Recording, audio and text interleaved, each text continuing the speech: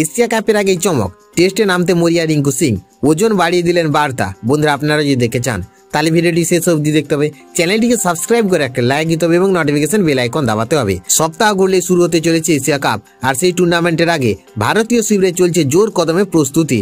চলতি বছরের Asia cup স্কোয়াডে জায়গা করে নিয়েছিলেন রিঙ্কু সিং, তবে সেই টুর্নামেন্টের আগে থেকে প্রথম শ্রেণীর ক্রিকেটে নজর কেড়েছেন তিনি। উত্তরপ্রদেশ প্রিমিয়ার লিগে দাপটের সঙ্গে ব্যাট করে 4-6 বন্যা বইয়ে দেন নায়ক তারকা। তার এই ব্যাটিং দেখে স্পষ্ট এশিয়া কাপের আগে নিজেকে প্রমাণ করতে মরিয়া রিঙ্কু সিং। ক্রিকেট বিশেষজ্ঞদের অনেকেই মনে করছেন ভারতীয় একাদশে তার জায়গা প্রায় নিশ্চিত। তবে শুধু সাদা বল নয়, দেশের সব ফরম্যাটে খেলতে চান রিঙ্কু সিং। ভারতের টি-20 দলে তিনি নিয়মিত মুখ, মাত্র 2টি ওয়ানডে খেললেও এখনও টেস্টে সুযোগ পাননি। এবার সেই অপ্রাপ্তির কথা নিজেই স্বীকার করলেন তরুণ ক্রিকেটার।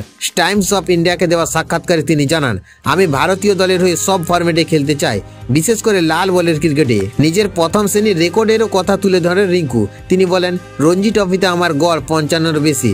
আমি লাল বলের ক্রিকেটে খেলতে খুব ভালোবাসি, শুধু একটি ফরম্যাটে ট্যাগ নিয়ে থাকতে চাই না। সুযোগ পেলে আমি সব ফরম্যাটে নিজেকে প্রমাণ করব। শেষ পর্যন্ত যদি সুযোগ আসে আমি তা লুফে নিতে প্রস্তুত।